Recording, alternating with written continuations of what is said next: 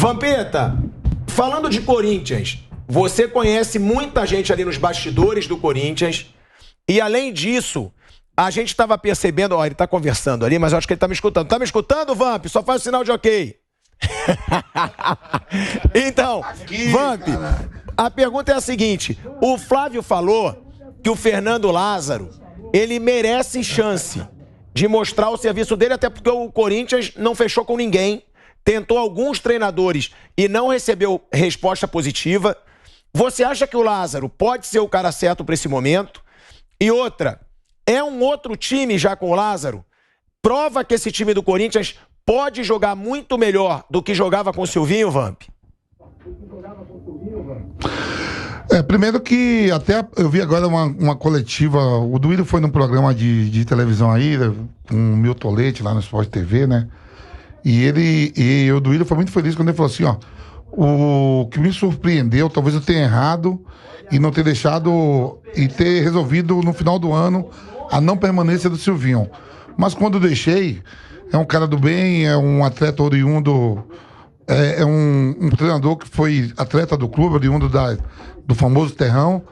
E o que surpreendeu do Duílio foi a rejeição, não só por parte das organizadas, por parte dos torcedores, conselheiro, por parte de todo mundo, ele dando essa entrevista no grande círculo, né? E aí ele falou, pô, isso aí não tinha como segurar, por mais que eu queira e goste do Silvinho, mas a pressão não foi só da torcida, dos conselheiros, diretores, torcida, não só organizada por parte de todos. E o Fernando eu conheço bem, né? Além de ser filho do Zé Maria, quem conviveu no Corinthians e convive, o Fernando tá lá desde os 14 anos, 13 anos de idade. Na época que eu jogava, eu já vi o Fernando trabalhando lá como office boy, se preparou para estar hoje à beira do campo, estudou e está com 100% de aproveitamento. Foram 2 vitórias, né, diante do Ituano e hoje. E para você saber o que você vai ser algum dia, alguma coisa na vida, você tem que ter oportunidade. Eu tô lá daqui do meu parceiro Nilson César, que me conta assim, passagens da vida dele, que o seu Tuta perguntou para ele, entende de carro? Ele falou só de pneu, então vai narrar corrida de Fórmula 1. E viajou o mundo todo, né? Mas vocês não querem o bem do Fernando Lázaro, nem não, eu tô falando nem assim, você e nem o Flávio. Não, o Flávio tá falando assim, eu tô falando assim, o Fernando pode ser efetivo do clube, como ele já como tem o Marcão. Tá pronto. Lógico, vai aprender, tá aprendendo, se preparou, faz curso de tudo, mas a gente sabe que vai chegar um treinador. Vai chegar um treinador e eu deixaria o Fernando aprendendo. Claro. Junto com o treinador que vier a chegar. Porque você vai olhar Renato Augusto, Paulinho, o William daqui a pouco eu tô falando. Eu como ex-atleta, daqui a pouco o William vai estar chiando. O William vai estar chiando, porque na minha chegada aqui, hoje, eu já conversei com algumas pessoas falando que o William já quer mais tempo de jogo. É mais minutagem. Mais minutagem. Agora, assim, se tiver com problema de panturrilha, de lesão, aí ele não vai ter esse tempo de jogo. Ô, Pilhado, deixa eu falar um negócio a respeito do Fernando Lázaro. Vocês têm que querer o bem desse rapaz. Porque é um cara que tem que aprender muito ainda. E para você dirigir um Corinthians, um Flamengo, um clube de massa assim, isso aí não é para iniciante. Não é para iniciante. Tem que ser cobra criada, sabe? Não serve. Iniciante não aguenta o rojão. Com um clube assim, você perde 2, 3, você vai ser demitido, e às vezes o cara é demitido e perde até o emprego que ele tem no clube, né? Então o Vampeta tem toda a razão, deixa o rapaz aqui, continua aprendendo, continua observando, é um rapaz muito do bem, né, Vampeta? Muito querido no clube. Eu ouvi falar maravilhas a respeito dele, teve pedigree de quem? O pai, o Zé Maria Super Zé. É um cara formidável. Então, você tendo esse rapaz aí no clube, é bom pro clube, mas botar ele nessa fria, nessa gelada, para dirigir essas cobras criadas aí, não dá. Corinthians trate de contratar um treinador rapidinho, né, para que esse treinador tenha tempo de formar alguma coisa pro Campeonato Brasileiro. Campeonato Paulista, você tem o quê? Você tem o Palmeiras à frente do Corinthians. Essa é a verdade. Que o Santos, eu não acho que é um time superior ao Corinthians. O São Paulo, a gente vê o que é o São Paulo. Então tem o Palmeiras, que o Palmeiras tecnicamente, um clube melhor que o Corinthians. Entre os 4 grandões, o Corinthians pode ser considerado a segunda força, né? Depois o Santos e depois o São Paulo como a última força do campeonato até agora. Então é isso aí. Mas o menino dirigir o time agora seria não querer bem do garoto.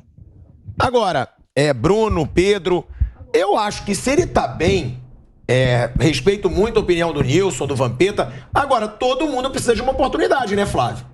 Ele só vai poder ser treinador se ele for bem e se ele assumir o comando. O último título do Corinthians foi ganho pelo Carille, na mesma condição. Sim, era um novato. Não foi a primeira vez que o Carille assumiu, né? Assumiu, ele foi ficou interino, um pouquinho, duas vezes. Meses depois ele voltou. Meses depois ele voltou. Não, o segredo pro Fernando agora é ficar interino. Dá uma enrolada aí pra contratar e vai deixando. Vai deixando. Se embalar, continua. Mas vai deixando. Se a coisa apertar, o time parar de ganhar, a torcida vai começar a reclamar, vai pedir treinador, aí você vai contratar e deixa ele de auxiliar. Isso vale pra qualquer um? Vale pra Sim, isso. no Paulo Souza no Flamengo? Não dá pra efetivar. Eu acho que seria um erro efetivar o Fernando. Você quer dar uma oportunidade? Deixa interino.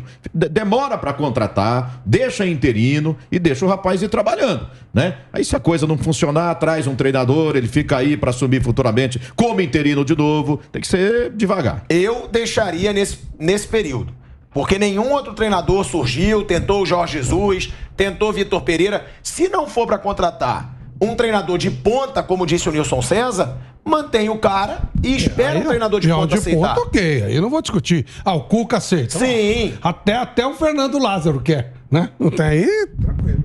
Foi como eu disse quando o Silvinho foi demitido aqui no Canelada, eu acho que o Corinthians precisa, acima de tudo, ser criativo, né?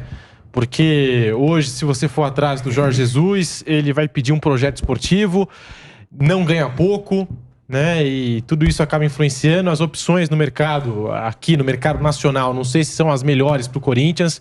Então o Timão precisa, acima de tudo, ser criativo nesse mercado aí de técnicos. Eu acho o Fernando um baita auxiliar. Não sei se está preparado para a função de técnico principal do Corinthians. É uma grande responsabilidade. Ele vem se formando, vem se capacitando.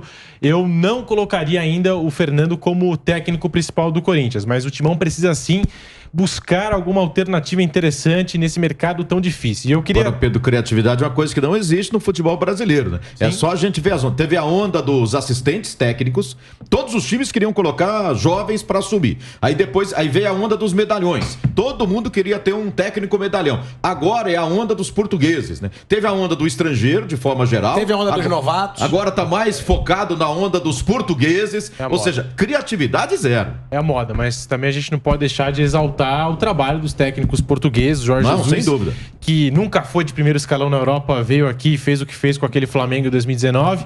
Mas o que eu queria destacar é o seguinte: o Silvinho já foi demitido no Campeonato Paulista.